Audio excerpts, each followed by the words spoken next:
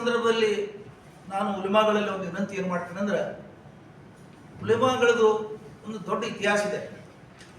ನಮ್ಮ ದೇಶದ ಸ್ವಾತಂತ್ರ್ಯಕ್ಕೆ ಬಹಳ ದೊಡ್ಡ ಕೊಡುಗೆ ಇದೆ. ಕಾಳಾಪಾಣಿ ಶಿಕ್ಷೆ ಏನಾದರೂ ಉಲೇಮಾ ಇಕ್ರಾಮ್ ಕಮಿಟಿ ಅವರು ಅನುಭವಿಸಿದಷ್ಟು ಯಾರೂ ಅನುಭವಿಸಿಲ್ಲ. ಹೆಚ್ಚಿನ ಜನ ಕಾಳಾಪಾಣಿ ಶಿಕ್ಷೆಗಳು ಕೊಟ್ಟಿದ್ದರು ಸ್ವಾತಂತ್ರ್ಯದ ಟೈಮ್ದಲ್ಲಿ. 1857 ಇಸ್ವಿಯಲ್ಲಿ ಸ್ವಾತಂತ್ರ್ಯ ಸಂಗ್ರಾಮ ಪ್ರಾರಂಭ ಆಗಿದ್ದರೂ ಉಲೇಮಾಗಳಿಂದಲೂ ಇದ್ದರು. ಅವಾಗ ಅವರು ಹೆಗಲು ಕೊಟ್ಟು ದುಡಿದ್ರು. ಒಂದೇ ದಿವಸ 27,000 ಮುಸ್ಲಿಂ ಉಲೇಮಾಗಳನ್ನು ಲಖನೌದಿಂದ ದಿಲ್ಲಿಯವರೆಗೆ ಎಷ್ಟು ಗಿಡಗಳಿದ್ದು ಅಷ್ಟು ಗಿಡಕ್ಕೆ ನೇಣು ಹಾಕಿದ್ರು, ಅಷ್ಟು ಕೊಂದಿದ್ರು ಬ್ರಿಟಿಷರು. ಎದೆವಡ್ಡಿ ಉಲೇಮಾಗಳು ಎದೆವಡ್ಡಿ ಈ ಸ್ವಾತಂತ್ರ್ಯಕ್ಕಾಗಿ ಹೋರಾಡಿ ಈ ಸ್ವಾತಂತ್ರ್ಯ ಪಡೆದಿದ್ದಾರೆ. ಆದರೆ ಇವತ್ತಿನ ಈ ಉಲೇಮಾ ಕಮಿಟಿಗಳಿನ ಅದೇ ಒಂದು ಸಂಸ್ಕೃತಿಯಿಂದ ಬಂದಂಥವ್ರು ಭಾಳ ದೊಡ್ಡ ಒಂದು ಅವರಿಗೆ ಶಕ್ತಿ ಇದೆ. ಅವರು ಉಲೇಮಾ ಅಂದ್ರೇನು, ಶಿಕ್ಷಣವಂತರು ಬುದ್ಧಿವಂತರು ಅಂತ ಹೇಳಿ ಆಗ್ತದೆ. ಇವತ್ತು ಏನಾಗಿದೆ ಅಂದ್ರೆ, ಕೇವಲ ಇವತ್ತು ಅವ್ರು ಮಾಡೋ ವರ್ತನೆ ಹೇಗಿದೆ ಅಂದ್ರೆ, ಮುಸ್ಲಿಂ ಸಮಾಜ, ಇಡೀ ಮುಸ್ಲಿಂ ಸಮಾಜ ಕೇವಲ ಜಬ್ಬಾರ್ ಅವ್ರ ಸಲುವಾಗಿ, ಜಮೀರ್ ಅಹ್ಮದ್ ಅವ್ರ ಸಲುವಾಗಿ, ನಸೀರ್ ಅಹ್ಮದ್ ಅವ್ರ ಸಲುವಾಗಿ ಮಾತ್ರ ಹೋಟ್ ಹಾಕಿದ್ದಾರೆ ಕಾಂಗ್ರೆಸ್ಗೆ. ಅನಂತ ವರ್ತನೆ ಮಾಡ್ತಾ ಇದ್ದಾರೆ. ಆ ಥರ ಪತ್ರಿಕಾ ಹೇಳಿಕೆಗಳು ಕೊಡ್ತಾ ಇದ್ದಾರೆ.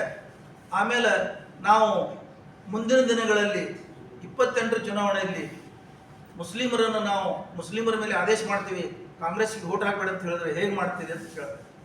ಇದು ಬಹಳ ತಪ್ಪು ಸಂದರ್ಭದಲ್ಲಿ ನಾನು ಹೇಳ್ತೇನೆ. ಯಾಕಂದ್ರೆ ಈ ಥರ ವರ್ತನೆ ಮಾಡೋದ್ರಿಂದ ಸಮಾಜದ ಶಕ್ತಿ ಮತ್ತಿಷ್ಟು ಕುಂದುತ್ತದೆ ಅಂತ ಹೇಳಿ ನಾನು ನಿಮಗೆ ವಿನಂತಿ ಮಾಡ್ತೇನೆ. ನೀವು ಕೇವಲ ಈ 3 ಜನರ ಸಲುವಾಗಿ ಇಡೀ ಮುಸ್ಲಿಂ ಸಮಾಜದ ಶಕ್ತಿಯನ್ನು ಅಲ್ಲಿ ಪ್ರದರ್ಶನ ಮಾಡಕ್ಕೆ ಹೋಗಬೇಡಿ. ಯಾಕಂತ ಕೇಳಿದ್ರೆ, ಮುಸ್ಲಿಂ ಸಮಾಜ ವೋಟ್ ಹಾಕಿದ್ದು ಕೇವಲ ಯಾರೋ ವ್ಯಕ್ತಿ ಸಲುವಾಗಿ, ಯಾರನ್ನು ಮಂತ್ರಿ ಮಾಡಲಿಕ್ಕೆ, ಯಾರನ್ನು ಲೀಡರ್ ಮಾಡಲಿಕ್ಕೆ ಅಲ್ಲ. ಕಾಂಗ್ರೆಸ್ ಪಕ್ಷಕ್ಕೆ ವೋಟ್ ಹಾಕಿದ್ದು ಈ ದೇಶದ ಸಂವಿಧಾನ ಉಳಿಬೇಕು, ಈ ರಾಜ್ಯದಲ್ಲಿ ಈ ದೇಶದಲ್ಲಿ ಜಾತ್ಯತೀತ ಸರ್ಕಾರಗಳು ಬರಬೇಕು. ಒಂದು ಕಡೆ ಕೋಮುವಾದಿ ಶಕ್ತಿಗಳು ಬೆಳೀತಾ ಇದ್ದಾವೆ. ಆ ಕೋಮುವಾದಿ ಶಕ್ತಿಗಳು ಈ ರಾಷ್ಟ್ರವನ್ನ ತಪ್ಪು ದಾರಿ ತಗೊಂಡು ಹೋಗ್ತಾ ಇದ್ದಾವೆ. ಜಾತ್ಯತೀತ ಸರ್ಕಾರ ಬಂದ್ರೆ, ಒಳ್ಳೆ ಸರ್ಕಾರ ಬಂದ್ರೆ, ಕಾಂಗ್ರೆಸ್ ಸರ್ಕಾರ ಬಂದ್ರೆ, ಅಥವಾ ಕಾಂಗ್ರೆಸ್ ಈ ರಾಜ್ಯದಲ್ಲಿ ಈ ದೇಶದಲ್ಲಿ ಸಂವಿಧಾನ ಉಳಿಸಲಿಕ್ಕೆ ಇದು ಒಂದು ಬದ್ಧತೆ ಇದ್ದಂಥ ಒಂದು ಪಕ್ಷ ಇದೆ. ಅದಕ್ಕೆ ನಾವು ಕಾಂಗ್ರೆಸ್ಗೆ ವೋಟ್ ಹಾಕಿದ್ದಾರೆ ಹೊರತಾಗಿ ಯಾರೋ 3 ಜನ 4 ಜನ ಸಲುವಾಗಿ ವೋಟ್ ಹಾಕಿಲ್ಲ. ಅದನ್ನು ದಯವಿಟ್ಟು ನನ್ನ ವಿನಂತಿ ಏನು ಉಲೇಮಾಗಳಿಗೆ, ಇಕ್ರಾಮ್ಗಳಿಗೆ ಅಂದ್ರೆ, ದಯವಿಟ್ಟು ನಾನು ಹೇಳ್ತೀನಿ, ನೀವು ಸಮಾಜದ ದಾರಿಯನ್ನು ವಿಭಿನ್ನ ಮಾಡಬೇಡಿ. ಕಾಂಗ್ರೆಸ್ ಜೊತೆ ಅನನ್ಯವಾದ ಸಂಬಂಧ ಮುಸ್ಲಿಮರಿದೆ. ವಾಕಿಂಗ್ ಹೋದಾಗ ನನಗೊಂದು 10 ಜನ ಸುಮಾರು ಭೇಟಿ ಆದರು. ಈ ಚುನಾವಣೆ ನಡೆದಾಗ, ದಾವಣಗೆರೆ ಮತ್ತು ಬಾಗಲಕೋಟೆ ನಡೆದಾಗ ಅವ್ರು ಏನು ಕೇಳ್ತಿದ್ರು ನನಗಂದ್ರೆ, ಏನ್ರಿ ದಾವಣಗೆರೆ ಮುಸ್ಲಿಂ ಟಿಕೆಟ್ ಕೊಟ್ಟಿಲ್ಲ ಅಂತ ಹೇಳಿ ಅಸಮಾಧಾನ ಆಗಿದೆ ಅಂತ ಹೇಳಿ ಯಾರೂ ಮಾತಾಡಲಿಲ್ಲ ಅಂತ. ದಾವಣಗೆರೆ ಬರ್ತಿದ್ರಿ ಸರ್, ಬಾಗಲಕೋಟೆ ಬರ್ತಿದ್ರಿ ಸರ್ ಅಂತ ಕೇಳ್ತಿದ್ರು. ಏನಂದ್ರೆ ಅವ್ರ ತಲೆಯಲ್ಲಿ ದಾವಣಗೆರೆಯನ್ನು ಬರಬೇಕು, ಬಾಗಲಕೋಟೆ ಬರ್ಬೇಕಂತಿದೆ ಮುಸ್ಲಿಮರಲ್ಲಿ. ಕಾಮನ್ ಹೇಳೋದಿದು. ಯಾರೋ ಟಿಕೆಟ್ ಕೊಟ್ಟಿಲ್ಲ ಅಂತ ಹೇಳಿ ಅಸಮಾಧಾನದಿಂದ ದಾವಣಗೆರೆ ಸೋಲಿಸ್ಬೇಕ್ರಿ, ಬಾಗಲಕೋಟೆ ಸೋಲಿಸ್ಬೇಕಂತ ಯಾರು ಮಾತಾಡಿಲ್ಲ. ಅವರಲ್ಲಿ, ಈ ದೇಶದ ಮುಸ್ಲಿಮರಲ್ಲಿ ಅನ್ಯೋನ್ಯವಾದ ಸಂಬಂಧ ಇದೆ. ಕೇವಲ ನರಸಿಂಹರಾವ್ ಅವರ ಕಾಲದಲ್ಲಿ ಬಾಬರಿ ಮಸೀದಿ ಬಿದ್ದಾಗ ಒಂದು ಸಲ ಕಾಂಗ್ರೆಸ್ಗೆ ಬುದ್ಧಿನೂ ಕಲಿಸಿದ್ದಾರೆ ಇವರು. ಅಂಥ ಸಂದರ್ಭ ಅಂದ್ರೆ ಮುಸ್ಲಿಮರು ಅದಕ್ಕೂ ರೆಡಿ ಇದ್ದಾರೆ. ಆದ್ರೆ ಈಗ ಅಂತ ಯಾವ ಸಂದರ್ಭಗಳು ಬಂದಿಲ್ಲ. ಅದಕ್ಕೆ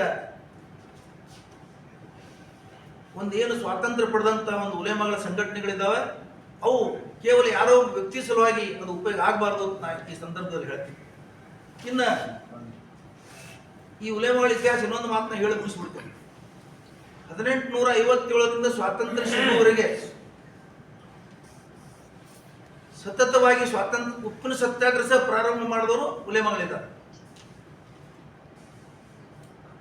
ಗಾಂಧಿಯವರಿಂದ ಬೆನ್ನಿತ್ತವರು, ಅಬುಲ್ ಕಲಾಂ ಆಜಾದ್ ಅವರಿಂದ ಬೆನ್ನಿಗೆ ನಿಂತವರು, ಇಡೀ ರಾಷ್ಟ್ರದ ಸ್ವಾತಂತ್ರ್ಯ ಚಳವಳಿ ಇದ್ದಂಥ ನಾಯಕರ ಬೆನ್ನಿಗೆ ನಿಂತವರು ಮುಸ್ಲಿಮರು.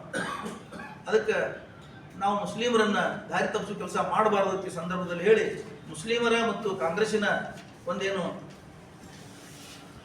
ಸಂಬಂಧ ಇದೆ ಆ ಸಂಬಂಧ ಕೆಡಬಾರ್ದು. ಯಾಕಂತ ಕೇಳಿದ್ರೆ, ಪರ್ಯಾಯವಾದ